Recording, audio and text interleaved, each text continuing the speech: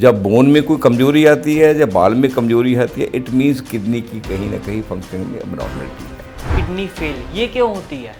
कि सारी जितनी एलोपैथी सिस्टम है उसने इतनी डेवलपमेंट कर ली कि इंसान के शरीर को अब तंदुरुस्त रहना ही मुश्किल हो गया उसकी वजह से। किडनी एक बदलना, उसका रिप्लेस करना, उसका डायलिसिस करना एक हमारा बड़ा व्यापार बन गया है, हेल्थ की सर्विस नहीं है। छोटे छोटे बच्चों की भी किडनी फेल हो रही है, उनकी किडनी खराब हो रही है। छोटे बच्चों की किडनी खराब होने का कारण गायनी का मसला है। फिर माँ को दवाई शुरू करते हैं, वो दवाई जब माँ को जाती है, कभी एंटीबायोटिक है, कभी कुछ है, कभी कुछ है, वो ब्लड से बच्चे के पास जाती है।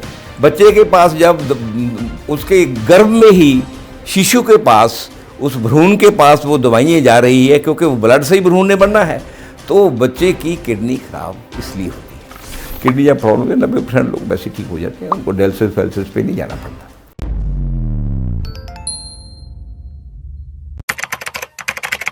नमस्कार, D5 चैनल हिंदी देख रहे सभी दर्शकों का मैं विभोर चट्ठा स्वागत करता हूं। आज मैं आया हुआ हूं fun villa doctor Joginder Tiger ji के पास। डॉक्टर जोगिंदर टाइगर विश्व प्रसिद्ध डॉक्टर है और इनका हर्बल मेडिसिन पे किया हुआ काम भी विश्व प्रसिद्ध है। डॉक्टर साहब पिछले 35 साल से यहाँ पर क्लिनिक चला रहे हैं। डॉक्टर साहब का बहुत बहुत स्वागत है D5 चैनल हिंदी में। थैंक यू जी, thank you very much. Doctor साहब, आज हम दर्शकों की डिमांड पर किडनी के ऊपर बात करेंगे। तो किडनी क्या होती है और इसका हमारे शरीर में क्या रोल होता है? किडनी का रोग बहुत ही बढ़ गया है। रोग किडनी का बढ़ने के कारण भी कई हैं। पहले हम करेंगे किडनी जो है इसका मेन फंक्शन क्या होता है शरीर में। किडनी एक तो हमारे शरीर को जितना खून है उसको साफ करती है और शरीर के अंदर जितने टॉक्सिक होते हैं उनको फिल्टर करती है। दूसरा, पेशाब को बाहर निकालती है। 3 फंक्शन तो किडनी के मेन हैं। उसके बाद सारी बॉडी में खून को सही रखना, बॉडी के टेम्परेचर को सही रखना, खून के टेम्परेचर को सही रखना और बॉडी को सही दिशा में रखना, ये किडनी का मेन रोल है। किडनी हमारे शरीर में, हमारी जो रिब्स होती है ये इनके नीचे पीछे होती है। इसका आकार जैसे हम कह लें राजमा होते हैं, किडनी बीन्स भी बोलते हैं उनको, वैसे ही होता है। इसलिए किडनी के लिए वो खाने के लिए यूज़फुल भी गिने जाते हैं। किडनी की कौन कौन सी बीमारियां होती हैं? जब हमारे शरीर में कभी स्किन की ज़्यादा खुश्की आती है, जो खुजली होती है, वो किडनी की वजह से ही होती है। जब बाल झड़ते हैं इंसान के, वो भी किडनी की वजह से ही झड़ते हैं। जब बोन कमज़ोर होती है, क्योंकि हेयर एंड बोन दोनों किडनी की वजह से ही बनते हैं, उसकी वजह से ही मजबूत रहते हैं।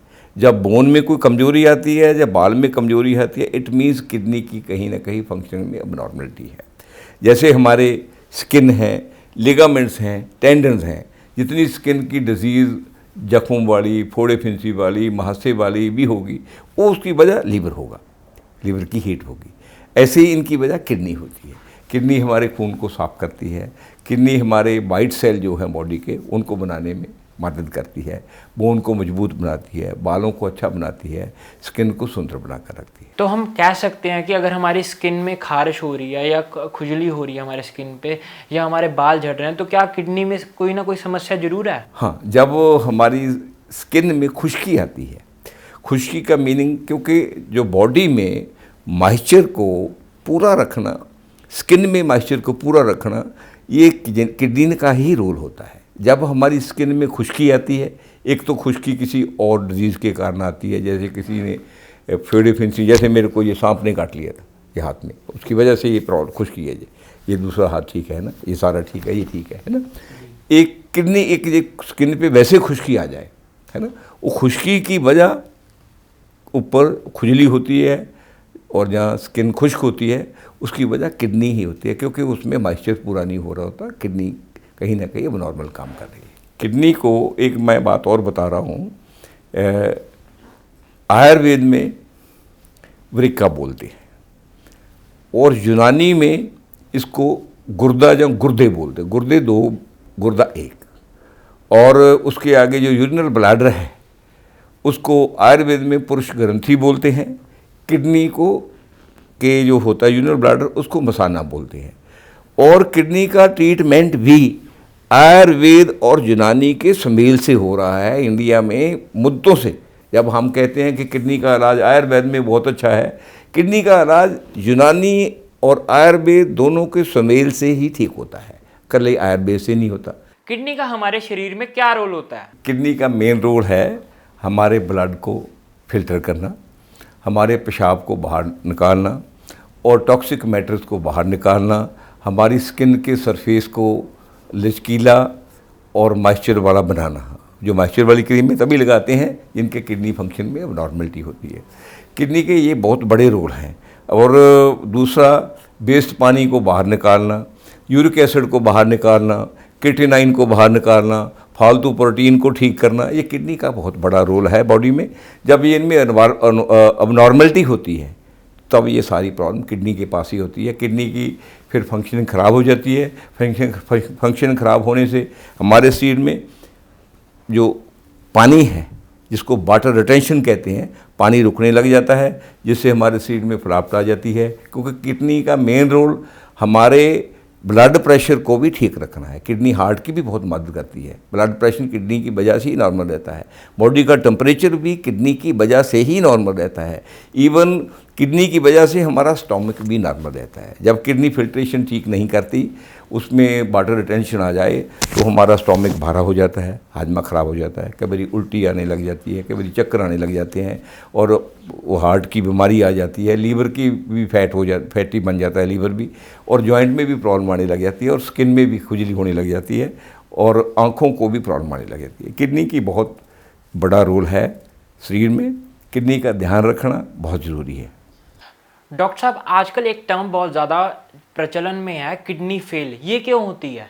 कि सारी जितनी एलोपैथी सिस्टम है उसने इतनी डेवलपमेंट कर ली कि इंसान के शरीर को अब तंदुरुस्त रहना ही मुश्किल हो गया उसकी वजह से। आप हार्ट की दवाई खाएंगे तब भी किडनी को रगड़ेगी, आपकी पोटेंट एनर्जी को भी ख़त्म करेगी। शुगर की दवाई खाएंगे आपके मसल को भी ख़राब करेगी, पोटेंट एनर्जी को भी ख़राब करेगी, किडनी को भी ख़राब करेगी, हार्ट को भी ख़राब करेगी। ठीक है। स्टोमक की दवाई खाएंगे, वो एंटीबायोटिक खाएंगे, वो आपके अंदर अल्सर करेगी, हार्ट को भी ख़राब करेगी, लीवर की फैट को भी बढ़ाएगी, किडनी को भी नुकसान करेगी, जॉइंट को भी नुकसान करेगी, आपकी स्किन को भी ख़राब करेगी, आपको बाल की भी चिट्टे करेगी, आपकी आँखों को भी इफ़ेक्ट करेगी। ये सिस्टम सिम्टोमेटिकल सिस्टम है, जिसको हमारे बड़े बड़े हमने कॉलेज खोल दिए, बड़े बड़े हॉस्पिटल बना दिए। पहले हमारे पास छोटे छोटे दुकानदार थे, छोटे छोटे हॉस्पिटल से, बहुत सस्ता काम था। अब बड़े बड़े 5 स्टार होटल बनाकर हम वो 5 स्टार के स्ट्रक्चर को दिखा रहे हैं और हेल्थ को ख़त्म कर रहे हैं। यही वजह है हमारी किडनी ख़राब होने की, यही वजह है हार्ट ख़राब होने की, यही वजह है लीवर ख़राब होने की, यही वजह है जॉइंट पेन होने की, यही वजह है स्किन खराब। मेरे कहने का मतलब हेल्थ को ख़राब करने का इस सिस्टम का बहुत बड़ा योगदान है। और एक ट्रेडिशनल सिस्टम जो युगों युगांतरों से घरों में और लोगों की ज़बान पे टेस्टेड था, उनको इग्नोर करने की। हम 45 दिन की रिसर्च को तो साइंटिफिक बना देते हैं। जो लाखों करोड़ों सालों से हम घरों में एक दूसरे पे तजर्बा करते आ रहे हैं कि भाई इसको मैंने पुनर्नेवा दिया था, इसको हमने गोखरू दिया था, गोखरू में हमने थोड़ी क्या डाली थी, ग्लोबेल डाल दी थी, थोड़े तुलसी के पत्ते डालते थे, थोड़े रसौन चीनी डाल दी थी, थोड़ा इसमें और चीज अदरक डाल दिया था और मजीठ डाल दी थी, इसको उबालकर काढ़ा दिया था। काढ़े से क्या था, इसकी किडनी भी ठीक होगी, इसका लीवर भी ठीक हो गया, इसकी वाटर रिटेंशन भी ठीक होगी। वो पीढ़ी दर पीढ़ी लाखों साल के तजर्बे को, हज़ारों साल के तजर्बे को 45 दिन के साइंसदानों ने नेगलेक्ट करके अपने आप को डोमिनेट कर लिया। वो क्योंकि वो साइंसदानों को तो पता ही नहीं, वो तो लैब के पास टेस्ट कर रहे हैं। वो घर में बच्चे को बात कर रही है, नानी दादी कर रही है, मामा कर रहा है, मामी कर रही है, बाप कर रही है, सब कर रहे हैं। सबसे बड़ी दुनिया की साइंटिफिक लैब हमारी किचन और हमारे घर हैं। ये जो डुगडुगी साइंस की बजा रहे हैं, ये साइंसदान बर्बाद कर देंगे समाज को, नहीं हेल्थ को भी बर्बाद कर देंगे। अभी देखना, अभी मेरे होते होते अगर भगवान ने उम्र दी मेरे को 5 साल में, देखना ये साइंसदान पूरा आपकी हेल्थ को इतनी डेवलपमेंट कर देंगे, बर्बाद कर देंगे। किडनी खराब होने की भी कोई स्टेज होती है या कितनी स्टेज होती हैं किडनी खराब होती? स्टार्टिंग में क्या होता है, जब किडनी की प्रॉब्लम आती है तो हमें हल्का हल्का कई बार बीपी बढ़ता है, कई बार रात को नींद डिस्टर्ब होने लगती है, कई बार स्टोमक अपसेट होने लग जाता है, कभी हल्की हल्की ऐसे होता है हमारे पाँव में, जहाँ हमारे घुटनों के नीचे लेग्स के नीचे, जिसको हम वो एंकल में वहाँ स्वेलिंग होने लगती है। जब दबाएंगे तो स्किन अंदर जाएगी और छोड़ेंगे बाहर आ जाएगी। इसका मतलब किडनी में थोड़ी अबनॉर्मलिटी है और उसकी वजह से फिर हल्का फुल्का बीपी रहने लग जाता है। उससे पता है किडनी ख़राब हो रही है। तब क्या होता है, हम चेक कराते हैं। चेक कराने में देखेंगे आपके क्रेटिनाइन बढ़ रहे हैं। क्रेटिनाइन मोस्ट प्रॉब्ली 0.6 से लेकर 1.3 तक रहते हैं, जो नॉर्मल है। अब तो साइंसदान इनको अपने ढंग से कम ज़्यादा करते रहते हैं, ठीक है, मगर ये वजह है इसकी।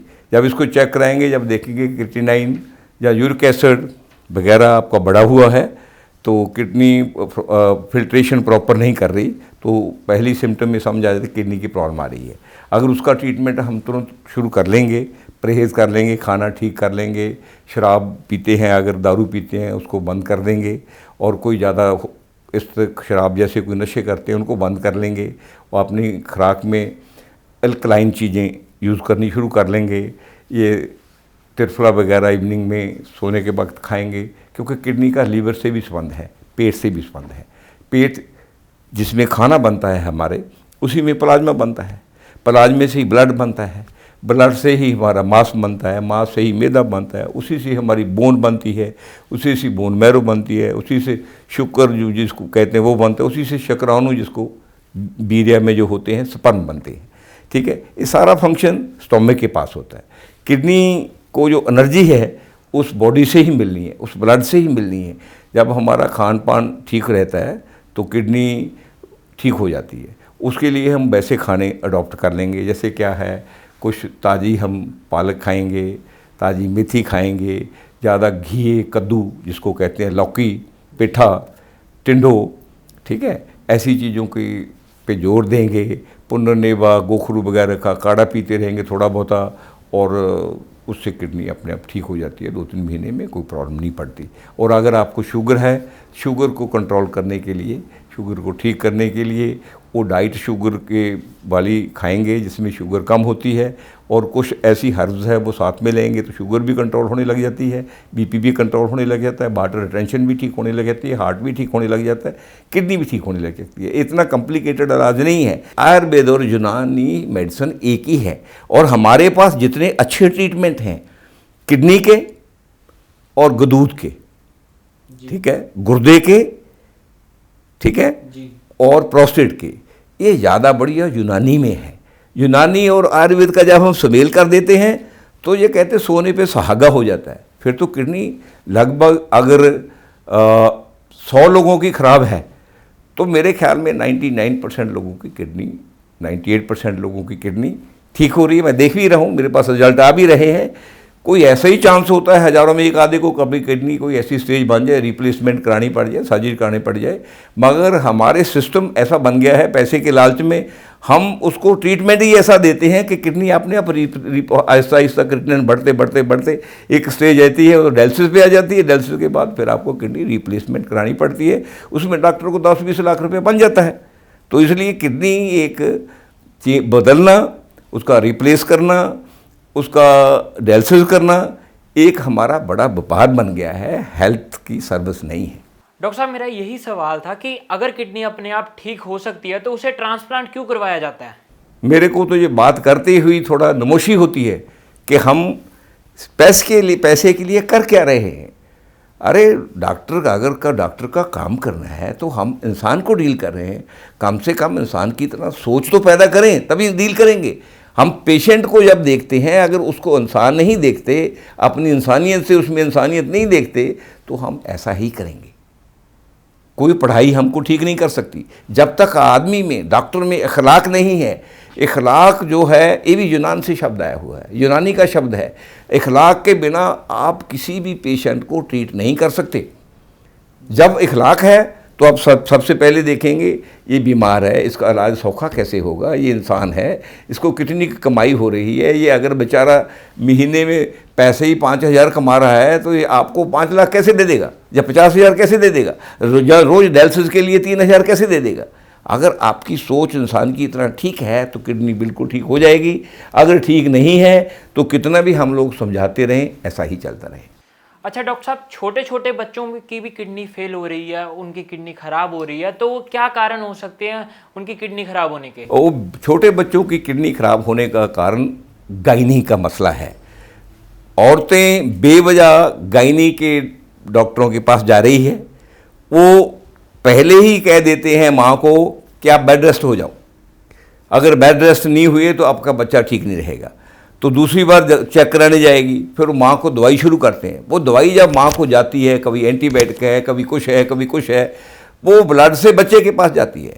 बच्चे के पास जब उसके गर्भ में ही शिशु के पास, उस भ्रूण के पास वो दवाइयाँ जा रही है, क्योंकि वो ब्लड से ही भ्रूण ने बनना है, तो बच्चे की किडनी खराब इसलिए होती है। बच्चों को कम से कम, औरतों को डॉक्टरों के पास जाना चाहिए, अगर बाकी ज़रूरत है तब है। अच्छे डॉक्टर भी हैं, अगर अच्छा डॉक्टर है तो ठीक है, नहीं जो डॉक्टर दवाई प्रेस्क्राइब करता है या ऐसे बिना वजह कहता है कि बेड रेस्ट हो जाओ। गर्भवती औरतों को जब गर्भ ठहरता है, मेरे पास आती है, मेरे पास घर की भी 2-3 औरतें आई है, मैं हमेशा कहता हूँ कि आप अपना काम करते रहिए ताकि आपका सर्कुलेशन ठीक रहे। जब आपका सर्कुलेशन ठीक रहेगा तो आपका ब्लड प्योरीफाई रहेगा, ब्लड प्योर रहेगा तो बच्चे को प्योर ब्लड मिलेगा, बच्चे को जब प्योर ब्लड मिलेगा तो बच्चे की परवरिश ठीक होगी, बच्चा रिष्ट पुष्ट रहेगा। जब जन्म लेगा ना उसको किडनी की बीमारी होगी, ना हार्ट की बीमारी होगी, ना बीपी की बीमारी होगी, ना शुगर की बीमारी होगी।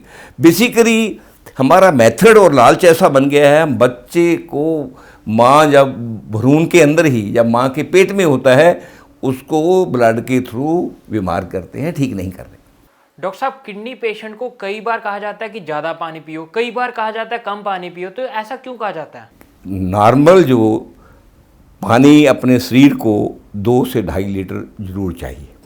अगर हम रूटीन में 2 से 2.5 लीटर पानी पीते हैं, स्पेशली सुबह उठकर अगर हम 2 गिलास पानी, 1 गिलास पी लिया, फिर वो चाय बाय पी लिया, चाहे उसके बाद फिर पी लिया, खाना खाने से 2 गिलास पहले पी लेते हैं, तो किडनी फ्लश आउट हो जाती है, उसमें जितने टॉक्सिक मैटर हैं शरीर से साफ़ हो जाते हैं, किडनी ख़राब होने का चांसेस ख़त्म हो जाता है।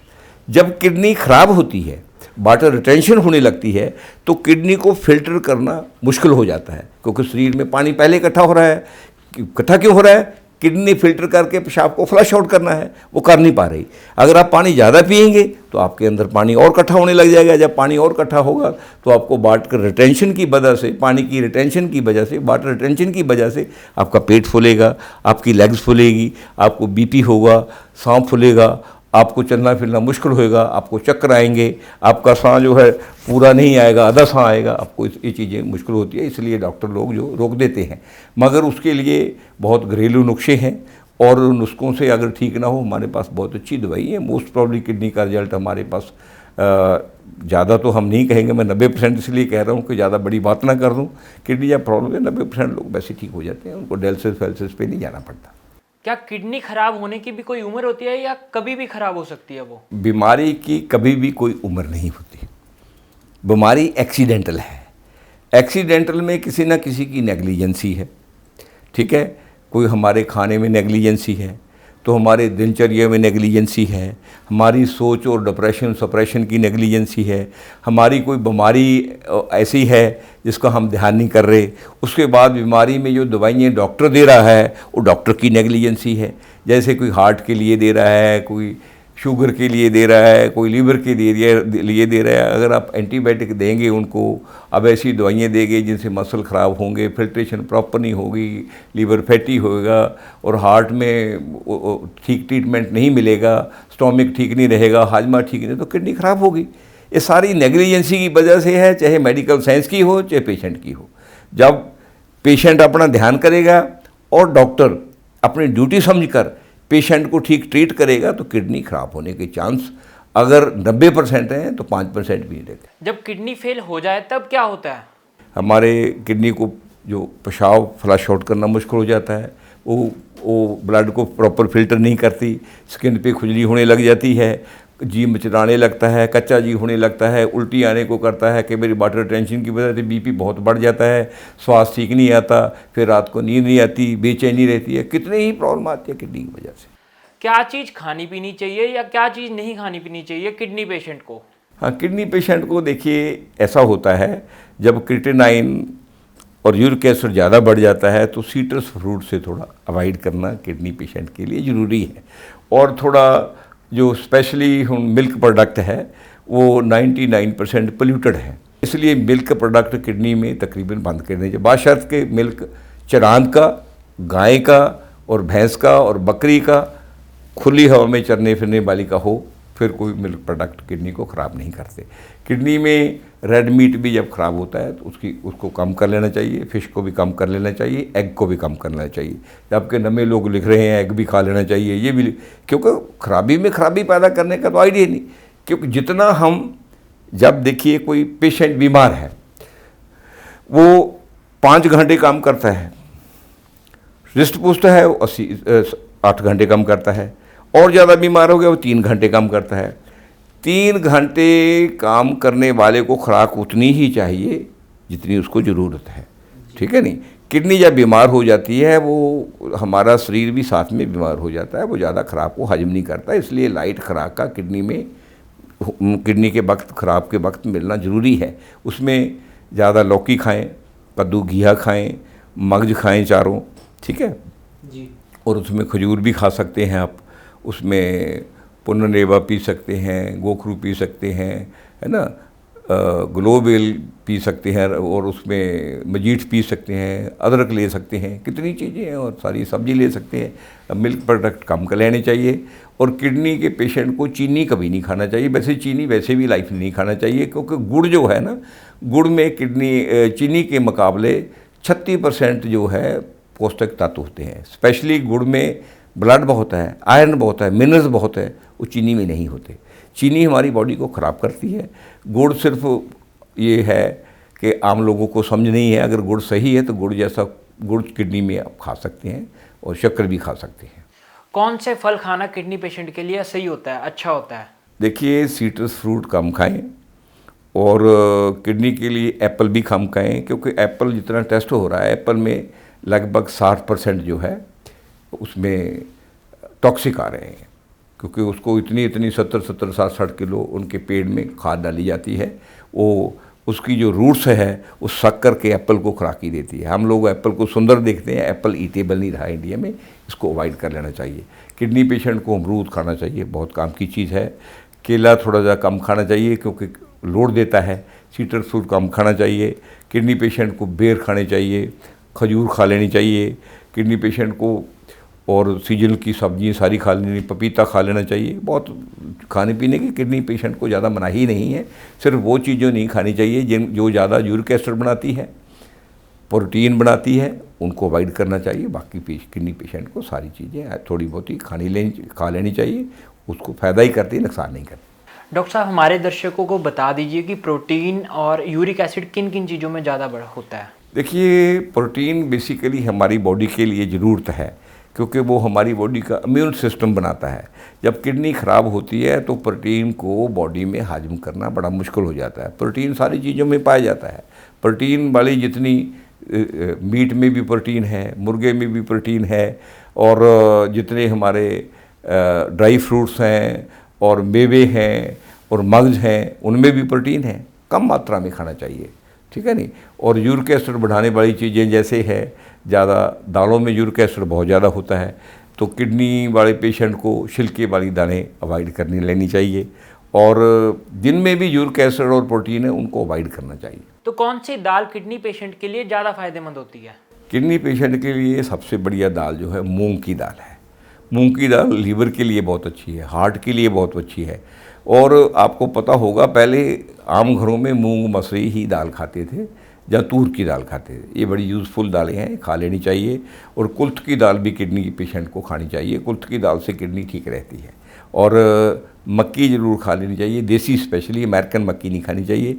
और मक्की के स्पेशल, अगर कच्ची मक्की हो, भूटा जब छोटा बेबी होता है, बेबी कॉर्न जिसे कहते हैं, बेबी कॉर्न को उनके अंदर जो बाल होते हैं, हेयर, सिल्की उसको हेयर बोलते हैं, अगर सिल्की हेयर उसके आ जाते हैं, उसमें दाना भी नहीं पड़ता, उसका सूप बनाकर पीना चाहिए। किडनी पेशेंट के लिए वो बहुत ही मुफीद और बहुत जल्दी किडनी को क्योर करने वाला टॉनिक है। वो आजकल जो इंडियन कुकिंग हो रही है उसमें जब हम जैसे दाल बना रहे हैं तो वो हाई फ्लेम पे बना रहे हैं, तो उसका किडनी पर क्या प्रभाव पड़ता है?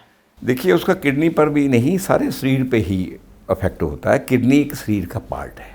जो कुकिंग की बात आप करते हैं, कुकिंग खाली किडनी के लिए नहीं होती, पूरे शरीर के लिए होती है। क्योंकि खाने ने स्टोमक में जाना है, पेट में जाकर खाना हजम होना है।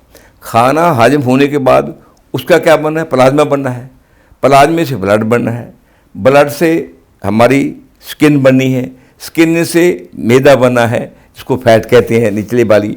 उसके बाद उसी से हमारी हड्डियाँ बननी है, अस्थि। अस्थि से ही हमारा वो वीर्य बनना है, वीर्य से शुक्राणु बनना है। वही सारे सिस्टम में उसी ने काम करना है। इसलिए खाना जो भी सही ढंग से नहीं पकता, दरअसल जो हाई फ्लेम पे और कुकर में जो खाना बनता है वो खाना पकता नहीं, वो खाना फटता है। कभी आप दाल को डालें, किसी और चीज़ को डालें, इवन मीट को डालें, वो प्रेशर से फट जाता है, कुकिंग नहीं होता। जब वो खाना इतनी स्पीड में फटता है, वो बॉडी में जाकर पूरे पौष्टिक तत्व उसमें नहीं रहते। वो खाना ज़्यादा हीट की वजह से बहुत चीज़ें उसमें वेस्ट हो जाती है। इसलिए उसमें उसकी जो फूड वैल्यू है, उसके पौष्टिक तत्व कम हो जाते हैं। वो किडनी के सारे शरीर पे ही बुरा असर करते हैं। तो दालों को कैसे बनाना चाहिए? दालों को कोशिश करनी चाहिए कि उसको, अगर दाल हमने शाम को खानी है तो लेडीज़ को चाहिए कि दोपहर को जब अपना खाना बनाती है तो दाल को पानी में डालकर हल्के फ्लेम पे रख दें। वो जब हफड़ा दफड़ी में एक घंटे में बनाती हो, 3-4 घंटे में आहिस्ता आहिस्ता बनती रहेगी। सब्जी भी आहिस्ता आहिस्ता बनती रहेगी, नाले अपना काम करते रहें। मतलब ये हमारे पास सिर्फ सोच की ज़रूरत है। हम सोच की जगह भाग रहे हैं। वो भागा भागी में जितना हो रहा है, भागा भागी ही हमारे शरीर को खराब करने का बहुत बड़ा भागा भागी का रोल है। बर्तनों का क्या रोल होता है किडनी को नुकसान पहुंचाने के लिए? हम आम भाषा में कहते हैं कि हमारा शरीर मिट्टी का पुतला है। पुतला क्यों है? पानी, हवा, ये तो इसका तो शरीर में दोनों सर्कुलेशन का काम करते हैं, ठीक है। जो मिट्टी है, हमारे जितने खान पान है मिट्टी से पैदा होता है, धरती से। फ्रूट भी, ठीक है, सब्जी भी, ग्रेन्स भी, अनाज भी, इवन जो दूध है, गाय भैंस जो खाती है मिट्टी से खाती है, उसी से पैदा होता है, ठीक है नहीं। इसलिए मिट्टी से पवित्र कोई चीज़ नहीं है। अगर मिट्टी का बर्तन है, उसमें खाना बनता है, तो आप समझ लिए कि आपको सबसे बढ़िया बर्तन में आपके लिए कुकिंग हो रही है, ठीक है। मिट्टी का बर्तन सबसे बढ़िया है। उसके बाद फिर आपके पास पित्तल का बर्तन है, उसके बाद भरत के बर्तन हैं। और कोशिश करें आप, जिसको सिल्वर बोलते हैं लोग आजकल, क्या है वो बर्तन जो निकल जैसा होता है, उससे अवॉइड करना चाहिए। बाकी तो सारी बर्तन ठीक हैं, मगर कुकिंग जो है स्लो फ्लेम पे बनानी चाहिए, कम सेक पे बनाए। जब फ्लेम ज़्यादा बड़ी करते हैं तो बर्तन कैसा भी हो तो कुकिंग ख़राब हो जाती है। स्लो फ्लेम पे और अच्छे बर्तन पे कुकिंग बना रहे हैं तो वो बॉडी के लिए बहुत ही यूज़फुल है। और खाना मीठा भी होता है, खुशबूदार भी रहता है।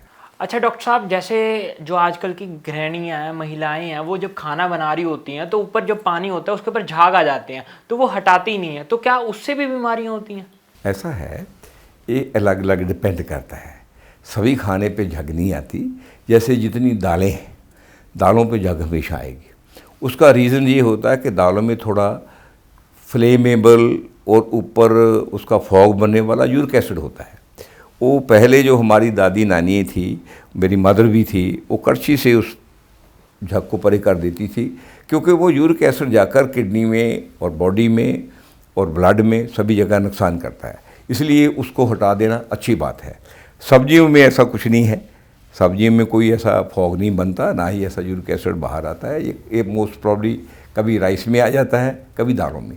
इनको हटा देना अच्छी बात है। तो मगर ये तो मर्ज़ी है किसी की कुकिंग वाले की, उसके पास कितना के टाइम है, कितनी की उसकी कुकिंग में इन्वॉल्वमेंट है। अगर आप किसी को कहेंगे, कुछ औरतें कहेंगी अरे अरे हम रोज़ बनाते हैं, ये नई बात थोड़ा है।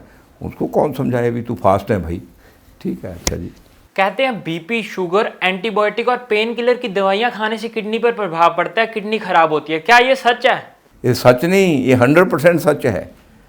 बेसिकली मॉडर्न सिंथेटिक जिसे हम कह रहे हैं या एलोपैथी कह रहे हैं, वो उसने इतनी तरक्की कर ली, हमारे हार्ट की दवाई देंगे तब भी किडनी ख़राब होगी, लीवर ख़राब होगा, ठीक है। किडनी की दवाई देंगे, किडनी तो खराब होगी। जितनी आप पेशाब निकालने वाली दवाई लेंगे, जितनी आप बीटा ब्लॉकर लेंगे, जितनी आप शुगर की दवाई लेंगे, जितनी एंटीबायोटिक लेंगे, जितने के पेन किलर लेंगे, यही 5-7 दवाई हैं, अलग अलग नामों से कई लाख उनके नाम हैं, वो आपकी किडनी को भी ख़राब करेंगे, हार्ट को भी ख़राब करेंगे, आपके जॉइंट पेन को भी ख़राब करेंगे, स्टोमिक को भी ख़राब करेंगे, लीवर को फैटी भी करेंगे। क्या किडनी पेशेंट नारियल पानी पी सकते हैं? नारियल पानी किडनी पेशेंट के लिए बहुत ही गुनाहकारी है, पी नहीं सकते। नारियल पानी गुनाहकारी है। इवन किडनी पेशेंट अगर शुगर नहीं तो गन्ने का रस ही उनके लिए यूज़फुल है। अगर ताज़ा रस हो वो बहुत ही यूज़फुल है। और लस्सी चाटी की जो काढ़नी में घड़ बनती है और सारा दिन उबलती रहता है दूध, और चाटी में बनती है मक्खन निकाली, वो भी किडनी पेशेंट के लिए बहुत ही यूज़फुल है। कहा जाता है कि आरओ का पानी भी किडनी पेशेंट के लिए नुकसानदायक होता है, क्या ये बात सच है? ये बिल्कुल आपने सही कहा।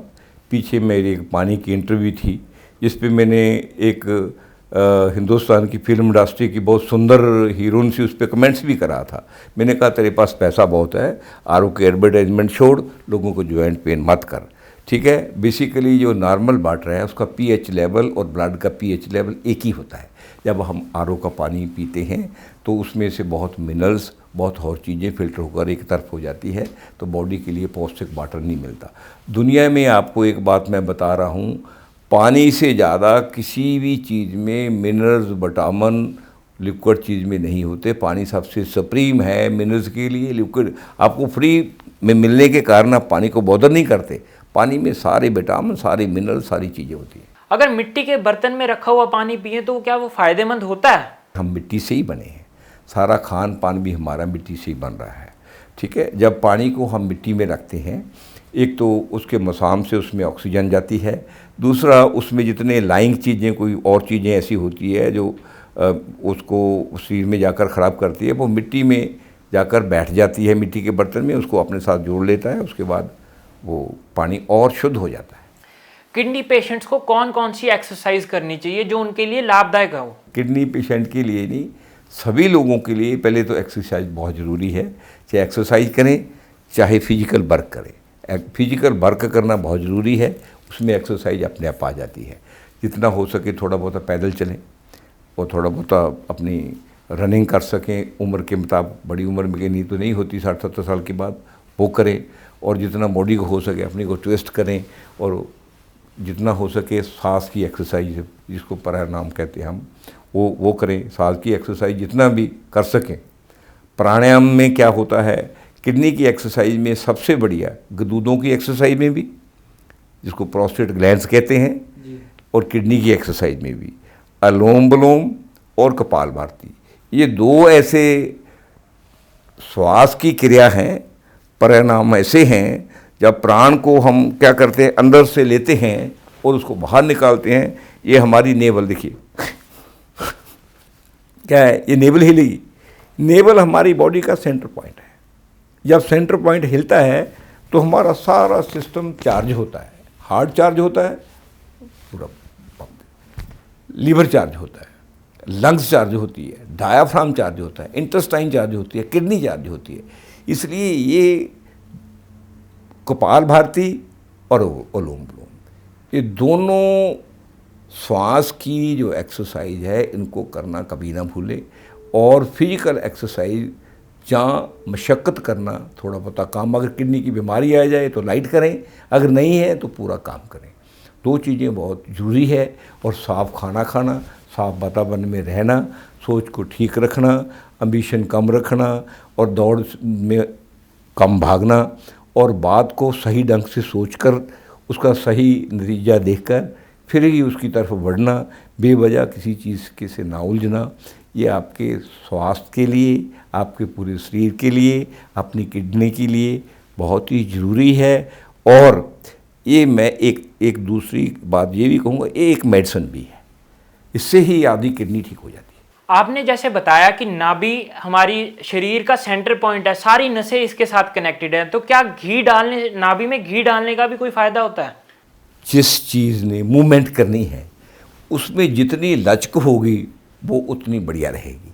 जो घी है, चाहे देसी घी है, चाहे वो कोकोनट ऑयल है, चाहे सरसों का तेल है, जो भी आपके पास ऑयलिंग वाली चीज़ है, अगर नाभि में हम डालेंगे कुछ देर, नाभि का जो है सेंटर पॉइंट वो फ्लेक्सिबल होगा, नर्म होगा, उसको हिलने जुलने में आराम रहेगा, सारा बॉडी सिस्टम जल्दी चार्ज होगा। क्या इससे भी बीमारियां ठीक होंगी? इससे बीमारी ही नहीं, आपका बॉडी सिस्टम ठीक होगा। जब बॉडी सिस्टम ठीक होगा, बीमारी बॉडी में आएगी, है। बॉडी ठीक होगा तो बॉडी में क्या करेंगे, जब इसमें घी डालते हैं तो जस्ट फॉर एग्जांपल आप कपाल भारती करते हैं, जब कपाल भारती में ऐसे करेंगे तो नाभि हिलेगी। नाभि में अगर लचक बढ़ जाएगी, फ्लेक्सिबिलिटी बढ़ जाएगी, तो जितनी नाभि आगे पीछे करेगी उतना ही हमारा नर्वस सिस्टम में प्रेशर बढ़ेगा। जितना प्रेशर बढ़ेगा उतना ही हमारा खून का जो प्रेशर है ज़्यादा बॉडी में जाएगा, और बॉडी में जहाँ प्राण, ऑक्सीजन और ब्लड ज़्यादा जाएगा वहीं ठीक हो जाएगी बॉडी। इसलिए किडनी के लिए भी हेल्पफुल है, वो आँखों के लिए भी, माइंड के लिए भी, ब्रेन के लिए भी। माइंड हमारे हार्ट में होता है, ठीक है। माइंड जोन है, ऑर्गन नहीं होता। लीवर के लिए भी, सभी के लिए यूज़फुल है वो, जोड़ों के लिए भी, पेट गैस के लिए भी, कब्जी के लिए भी। ये 2 योग बहुत ज़रूरी हैं, ये 5-5 मिनट कर लें, ये तभी काफ़ी है। प्राणायाम का, इन दोनों का बहुत बड़ा रोल है। कभी ना भूलें, इन प्राणायाम को करने के लिए आपको स्पेशल टाइम नहीं चाहिए। जब भी पेट खाली है, चाहे दिन में कर लें, चाहे सुबह कर लें, चाहे रात को खाने से आधा घंटा पहले कर लें। ये ऐसे प्राणायाम हैं जो अपनी बॉडी को ठीक रखेंगे, और स्पेसिफिक जगह की ज़रूरत नहीं है, ना इधर उधर घूमने की ज़रूरत है, ना टाइम वेस्ट करने की ज़रूरत है। ये 2 बड़े प्राणायाम। डॉक्टर साहब, दिनचर्या कैसी होनी चाहिए किडनी पेशेंट की? एक तो टाइम में उठें, टाइम में उठकर सुबह थोड़ा बहुत पानी ज़रूर पिएं। पानी पीने के बाद खुली हवा में घूमें अगर पेशेंट हैं। घूमने के बाद फिर जो हल्का फुल्का ब्रेकफास्ट करना है, ब्रेकफास्ट करें। अगर आपके पास लौकी है, घिया है, पेठा है, कद्दू पेठा जिसे बोलते हैं वो है, उनका जूस पी लें, उनकी सब्ज़ी खा लें। अगर कद्दू पेठा है, उसके सेंटर में जो गुद्दा है तो उसके बीज हैं, उनको मिक्सी में डालें, थोड़ा पानी डालें, उनको ग्राइंड करें, हैं, उनको फिल्टर करके वो पी लें, है। अगर आपके पास कोई और चीज़ है उसको खा लें, थोड़ा बहुत खीरा भी खा सकते हैं। अगर गन्ना है, आपको शुगर पेशेंट नहीं, उसका जूस पी सकते हैं। तो सुबह ब्रेकफास्ट में अमरूद खा सकते हैं आप, है ना, कोई सीजन के फ्रूट खा सकते हैं, और टॉक्सिक फ्रूटों के बिना, सिट्रस फ्रूट के बिना, और सब्जियाँ सारी खा सकते हैं आप, ठीक है। दालें जो है, जैसे मैं आपने कहा है कि अगर किडनी पेशेंट है तो दाल जब बनाते हैं, उबलने से पहले उसके ऊपर जो फॉग आती है वो यूरिक एसिड को, क्रिएटिनिन को बढ़ाती है, उसको साफ़ करके वो दाल बना लेनी चाहिए। सुबह आप उबाल कर दाल भी पी सकते हैं, उसका जूस पी सकते हैं, दाल भी खा सकते हैं, कोई ऐसी बात नहीं है। तो उसके बाद अपने खाने में गेहूँ, चने, बाजरा जानते हैं जी, है, गेहूँ, चने, बाजरा, इनको ज़रूर शामिल करना चाहिए। ये खाने की रोटी में एक पक्के तौर पर शामिल कर लेना चाहिए। ये किडनी पेशेंट के लिए फ़ायदेमंद होते हैं? बहुत फ़ायदेमंद है, लीवर वाले के लिए, किडनी वाले के लिए भी, इंटेस्टाइन वाले के लिए भी, हार्ट वाले के लिए, ब्लड प्रेशर वाले के लिए भी, सभी के लिए यूज़फुल है। लोग काम से ही 9-10 बजे आते हैं, तो क्या वो सूर्यास्त के बाद जो खाना खाते हैं वो भी नुकसानदायक होता है किडनी पेशेंट के लिए? देखिए, सूर्यास्त के बाद अकेला किडनी पेशेंट के लिए नहीं, सभी के लिए उसका रीज़न है। एक तो यह है कि आप जब सूर्यदेव होते हैं, अस्त नहीं होते, जिसको डूबना भी कहते हैं, अस्त होना भी कहते हैं, ठीक है ना, वो तो एक तो खाना अगर आप 500 ग्राम खाते हैं, मैंने एग्जाम्पल के तौर पे, आप उसका 25% कम खाएंगे, क्योंकि उसको एनर्जी सूर्य के टाइम जब आप सूर्य होता है आप खाना खाएंगे, उसकी एनर्जी ज़्यादा बनती है। सूर्य के बाद जब हम खाना खाते हैं, एक तो उसकी एनर्जी कम बनती है, एक सूर्य अस्त होने के बाद खाना हजम बहुत स्लो होता है, सूर्य के वक्त बहुत जल्दी हजम होता है। तो तीसरा कि जब आप खाना खाते हैं तो बहुत लेट हो जाते हैं, आप सोने से लेट हो जाएंगे। जब सोने से लेट होंगे तो खाना खाकर आप बिस्तर में जाएंगे, तो खाना बिस्तर में जाकर हजम होता ही नहीं, अगर होगा तो आपकी नींद डिस्टर्ब होगी, और दूसरा सुबह उठकर आपको कब्जी भी होगी। अगर खाना आप जल्दी खाते हैं तो एक तो खाना हजम हो जाएगा, एक सुबह उठकर कब्जी नहीं होगी, पेट साफ़ हो जाएगा। जिसका पेट साफ़ है उसको कोई बीमारी ही नहीं। डॉक्टर साहब, फास्टिंग का क्या रोल होता है किडनी में? फास्टिंग का रोल सारे शरीर में होता है, ठीक है ना। जब हमारे कोई बीमारी आती है, उसका कई बार प्रकोप जो है स्पेसिफिक ऑर्गन स्पेसिफिक एक ऑर्गन पे हो जाता है। इसलिए हम किडनी की बात करते हैं, या लीवर की करते हैं, या हार्ट की करते हैं, या स्प्लीन की करते हैं, या जॉइंट पेन की करते हैं, या स्टोमिक की करते हैं ना, किसी भी ऑर्गन पे हो जाता है। हाँ, जो हम फास्टिंग की बात करते हैं, फास्टिंग में ऐसे होता है कि जो हमारा स्टोमिक है इसको रेस्ट मिल जाती है एक। दूसरा, जब इसको रेस्ट मिल जाती है तो इसके अंदर जो पुराना खान पान बचा हुआ, कोई हजम हुआ जहाँ लार्ज इंटेस्टाइन में या रेक्ट में रहता है, वो फ्लश आउट कर साफ़ हो जाता है, सारी इंटेस्टाइन साफ़ हो जाती है। जब सारी इंटेस्टाइन साफ़ हो जाएगी तो जब हम दोबारा खाना खाएंगे तो फ्रेश खाने से फ्रेश प्लाज्मा बनेगा। प्लाज्मा में जो बचा हुआ पहले मटेरियल था टॉक्सिक वाला, वो मिक्स नहीं होगा, क्योंकि वो फास्ट रखने से सारा टॉक्सिक मैटर हमारे पेशाब के ज़रिए और पखाने के ज़रिए पास हो जाते हैं, इसलिए फ्रेश ब्लड बनता है।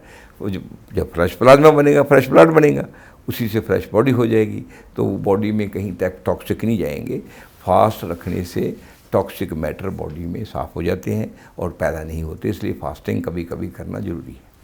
फास्टिंग करने का सही तरीका क्या है? आजकल जैसे लोग हैं कि थोड़ी थोड़ी देर बाद कुछ ना कुछ खाते रहते हैं, फ्रूट्स खा लेते हैं, तो क्या फ्रूट्स खाना फास्टिंग में सही होता है? फास्टिंग में जो टैबूज बनाए हुए हैं कि फास्टिंग में अनाज नहीं खाना और कुछ खाते रहो, दूध पीते रहो, फ्रूट खाते रहो, दूध पीते रहो, फ्रूट।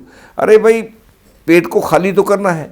हम दूध और फ्रूट अगर उसमें ठूस रहे हैं तो क्या फ़र्क हुआ एक दिन अनाज नहीं डाला।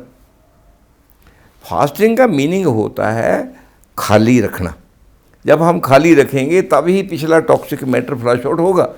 अगर हम और डाल दिया तो पिछले जो मैटर हमारे पास टॉक्सिक पड़ा है, चाहे हमने फ्रूट खाया है, चाहे दूध खाया है, उसमें मिक्स हो जाएगा। तो वो प्योरिटी जो हमने फास्टिंग से लेनी थी बॉडी के लिए, जो स्वच्छ रूप में फास्टिंग से हमें बॉडी को स्वच्छ रूप देना था, ब्लड को स्वच्छ करना था, या हमारे प्लाज्मे को स्वच्छ करना था, या सिस्टम को स्वच्छ करना था, वो तो हुआ नहीं। इसलिए फास्टिंग अगर करना है तो फास्टिंग के लिए फास्टिंग ही करें, उस खाए ना। सुबह अगर है उठे हैं तो पानी पिएं, फास्टिंग के लिए बनाए हुई ऋतु है नहीं, पानी ज़रूर पिएं फास्टिंग में। पानी से क्या होता है, जो हमारी इंटेस्टाइन है और किडनी है वो साफ़ हो जाती है, और अगर रेक्टम में या लार्ज इंटेस्टाइन में कुछ बचा हुआ फ्लश आउट होकर वो पखाने के रूप में बाहर निकल जाता है। फास्टिंग में सिर्फ पानी ही पीना चाहिए। अगर कोई भूख लगे तो एक टाइम खाना खा लेना चाहिए, वो भी लाइट और कम खाना चाहिए। डॉक्टर साहब, होम रेमेडीज़ क्या हो सकती है किडनी को ठीक करने के लिए? कि घरों में हमारे कितनी ही चीज़ें हैं जो हम दे सकते हैं। घरों में हमारे मजीद होती है कई बारी घरों में, और घरों में हमारे खाने बहुत तरह के पड़े हैं। सब्ज़ी हैं, घिया का जूस पी सकते हैं, लौकी का, कद्दू पेठे का कद्दू पेठा खा सकते हैं, ठीक है, और पत्तेदार सब्जियाँ थोड़ी बहुत ही खा सकते हैं। धोई हुई दाल भी खा सकते हैं, उसका जूस पी सकते हैं, गन्ने का जूस पी सकते हैं, और लस्सी जो चाटी की वो पी सकते हैं, और अपना नारियल पानी पी सकते हैं। पुनर्नेवा का उबाल कर जूस पानी पी सकते हैं, पुनकर गोरखू का पी सकते हैं। हम कितनी चीज़ें होम रेमेडी में बहुत, ये वो हम ये हर्बल बता रहे हैं आयुर्वेद की या यूनानी मेडिसिन की, ये होम रेमेडीज ही है, और क्या है। हमारे दर्शक आपसे कैसे संपर्क कर सकते हैं? हमारा जो सेंटर है ये चंडीगढ़ बठिंडा जो पटियाला बाईपास है, जहाँ डकाड़े को रोड क्रॉस होती है, वहाँ दोनों तरफ है। जब आप चंडीगढ़ से आएंगे तो दाईं तरफ नज़र आएगा, जब बठिंडा को आए तो बाईं तरफ नजर आएगा। इसका नंबर है 95 926 10 676।